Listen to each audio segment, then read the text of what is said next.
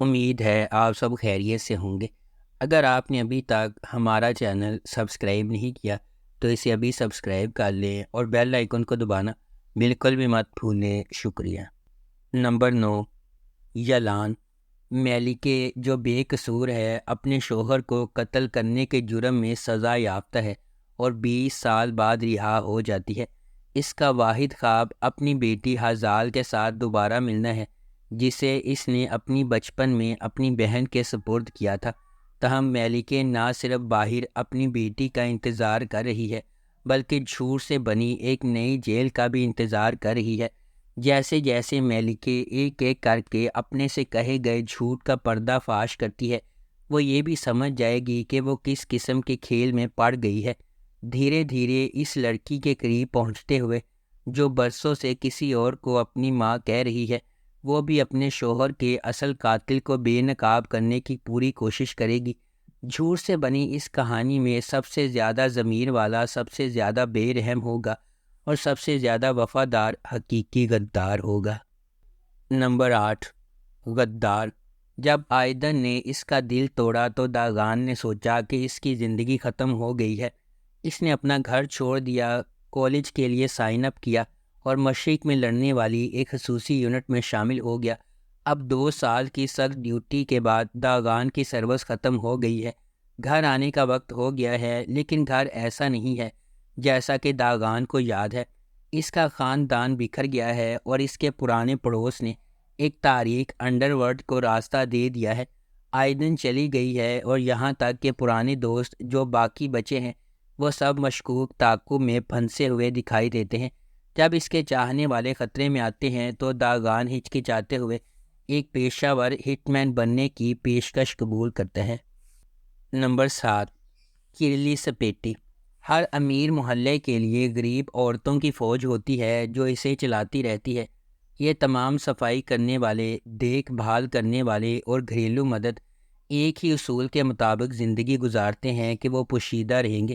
Furniture کے ٹکڑوں کی طرح وہ ایک فنکشن کی خدمت کے لیے موجود ہیں اور بس کسی اور کے خاندان کے لیے سارا دن کام کرنے کے بعد ہی وہ اپنے گھر جا سکتے ہیں اور اپنے خوابوں اور خواہشات کے ساتھ حقیقی لوگوں کی طرح زندگی گزار سکتے ہیں۔ کیرلی سپیٹی ایک ایسی ہی لچکدار خواتین کے گروپ کی کہانی ہے جن کی زندگیاں دوسروں کے چھوڑے ہوئے گندگی کو صاف کرنے میں گزرتی ہیں۔ کہانی اس وقت شروع ہوتی ہے جب ان خواتین میں سے ایک، مریم، المناک طور پر ایک گھر میں کام کرتے ہوئے اپنی موت کے منہ میں چلی جاتی ہے۔ نمبر 6، بمبشکا بری۔ بمبشکا بری مشہور اینکر پرسن کینان اور پرجوش پروسیکیوٹر لیلا کی طاقتور کہانی سناتا ہے، جو قتل کی تفتیش کے دوران راستے سے گزرتے ہیں اور اصرار، تناؤ اور جذبے سے بھرے رشتے میں جڑ جاتے ہیں۔ جیسے جیسے ماضی سے مبہم انکشافات سامنے آتے ہیں، ان کا سامنا چونکا دینے والی سچائیوں سے ہوتا ہے جو انہیں ہمیشہ کے لیے بدل دیتے ہیں۔ سیریل کلر کیس کینان کی کوریج کی بدولت سرخیوں میں آتا ہے، جو لیلا کی طرح قاتل کے تعاقب میں جاتا ہے۔ جیسے جیسے تفتیش گہری ہوتی جاتی ہے، لیلا کو احساس ہوتا ہے کہ یہ کیس ان کے خاندان میں طویل عرصے سے چھپے ہوئے تاریک واقعات سے جڑا ہوا ہے جو ان سب کو پریشان کرنے کے لیے واپس آئے گا۔ نمبر 5، یابانی۔ یابانی علی کے شاندار سفر کی پیروی کرتا ہے جسے بچپن میں اغوا کر لیا گیا تھا اور اسے اغوا کرنے والے گروہ کے لیے کام کرنا ختم کر دیا تھا۔ کئی سالوں کی مشکلات کو برداشت کرنے کے بعد علی نے اپنا نام یمان رکھ لیا اور اپنے 3 دوستوں کے ساتھ مل کر ایک نئی بہتر زندگی بسر کرنے کے لیے اپنے اغوا کاروں سے بچ نکلا۔ اس نئے خاندان کے لیے چیزیں آسان نہیں ہیں، لیکن وہ سخت محنت کرتے ہیں اور اپنے تاریک ماضی کو پیچھے چھوڑ سکتے ہیں۔ ان سب کے ذریعے یمان کسی نہ کسی طرح اپنی روح کو پاکیزہ رکھنے کا انتظام کرتا ہے اور کبھی بھی اپنے ارد گرد چھائے ہوئے اندھیرے کا شکار نہیں ہوتا ہے۔ معاملات اس وقت پیچیدہ ہوتے ہیں جب یمان شہر کے امیر علاقے کی ایک خوبصورت لڑکی رویا سے ملتا ہے۔ نمبر 4، یالی چپکنی۔ حالی ساگا زیورات کی ایک بڑی سلطنت کا مالک اور کورہان خاندان کا سربراہ ہے۔ اگرچہ اس کا بیٹا اورہان اور سب سے بڑا پوتا فواد زیادہ تر کاروبار چلاتے ہیں، پھر بھی وہ کمپنی میں سب سے اہم فیصلے کرتے ہیں۔ اس کا چھوٹا پوتا فرید، جو اس کے بھائی فواد سے بہت مختلف ہے، ایک بہت ہی غیر ذمہ دار نوجوان بیچلر ہے جو ابھی بیرون ملک سے واپس آیا ہے جہاں وہ تعلیم حاصل کرنے گیا تھا۔ خالص فرید کی لاپرواہی کو مزید برداشت نہیں کر سکتا اور وہ اپنی بیوہ بہو افاقت پر پابندی لگاتا ہے کہ وہ اسے شادی کے لیے ایک اچھی لڑکی تلاش کر کے دے۔ یہ خبر کہ خالص آغا اپنے پوتے کے لیے دلہن کی تلاش میں ہے، نیلے رنگ سے گازین ٹپ میں کاظم کی حویلی تک پہنچتی ہے۔ کاظم کے امیر ہونے کی واحد امید اس کی خوبصورت بیٹیاں سنا اور سیران ہیں۔ نمبر 3، کان چیچی کلیری۔ کان چیچی کلیری دلان اور باران کی چلتی پھرتی کہانی اور شادی کے بارے میں بتاتا ہے جس پر وہ اپنے ارد گرد کے لوگوں کی دشمنی کے باوجود خونی جھگڑے کو ختم کرنے پر مجبور ہوتے ہیں، ایک ایسے جذبے کو بھڑکاتے ہیں جو یا تو محبت میں پھوٹ پڑے گا یا تباہی لائے گا۔ باران کو اپنے بھائی کو بچانے کے لیے اپنے دشمنوں سے نفرت کو ایک طرف رکھنا چاہیے اور اس جرم پر قابو پانا چاہیے جس میں اس کی ماں کو قتل کر دیا گیا تھا، کیونکہ وہ بدلہ لینے کے لیے ایک خاندان میں امن قائم کرنا چاہتا تھا۔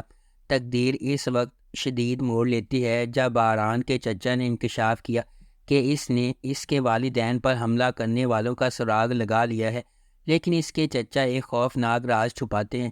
وہ ایک جال بچھا رہا ہے اور در حقیقت اس حملے کے پیچھے وہ شخص ہے، اس امید میں کہ اگر باران بدلہ لے اور جیل چلا جائے تو وہ خاندان کی قسمت پر ہاتھ ڈال لے گا۔ نمبر 2، ساگلا بینی۔ متمول اور با اثر گھرانوں میں پیدا ہونے والے میتے اور ناز اپنے بچپن میں کیے گئے وعدے کے پابند ہیں۔ یہ وعدہ ایک المناک واقعے سے ہوا ہے جہاں ناز کی بے گناہی پر سمجھوتا کیا گیا تھا اور میتے کے خاندان نے غیر متزلزل حمایت کی پیشکش کی۔ جیسے جیسے وہ بڑے ہوتے جاتے ہیں ان کا رشتہ گرما گرم دلائل اور پرجوش مصالحت کا رولر کوسٹر بن جاتا ہے۔ میتے بچپن کے وعدے کو نبھانے کے لیے پرعزم ہے، ناز سے شادی کرنے کے لیے بیرون ملک تعلیم حاصل کر کے واپس آیا ہے، تاہم قسمت اس وقت مداخلت کرتی ہے جب وہ ناز کی وفادار نوکر انجیلا کے ساتھ راستے عبور کرتا ہے۔ انجیلا، جس نے ایک پریشان حال ماضی کے بعد ناز کے گھر میں ایک خاندان پایا ہے، حادثاتی طور پر سامنے آنے والے ڈرامے میں ایک اہم شخصیت بن جاتی ہے۔ نمبر 1، حدوثو سیودہ۔ حدوثو سیودہ خلیل ابراہیم کارسو کی کہانی ہے جو اپنی پیدائش کے وقت بحیرہ اسود کے گاؤں میں واپس آتا ہے۔ خلیل کو اس وقت فرار ہونے پر مجبور کیا گیا جب وہ صرف 5 سال کا تھا، جب اس کے والد کو مقامی کرائم بوس رضوان لیٹو نے قتل کر دیا تھا۔ 20 سال بعد خلیل اپنی بچپن کی محبت یاسمین سے شادی کرنے گھر واپس آیا ہے، لیکن جب رضوان کا بیٹا یاسمین کو قتل کرتا ہے تو اس کا مشن بالکل نئی سمت اختیار کرتا ہے۔ خلیل رضوان لیٹو کو تباہ کرنے کے واحد مقصد کے ساتھ ایک آدمی کی فوج بن جاتا ہے۔ خلیل کو کچھ غیر متوقع حلیف ملتے ہیں جب وہ رضوان کی مجرمانہ کارروائیوں کے ذریعے کام کرتا ہے، بشمول رضوان کی بیٹی زینب۔ اگر آپ کو ہماری یہ ویڈیو پسند آئی ہے تو اسے لائک کریں، شیئر کریں اور ہمارے چینل کو سبسکرائب کرنا بالکل بھی مت بھولیں۔ شکریہ۔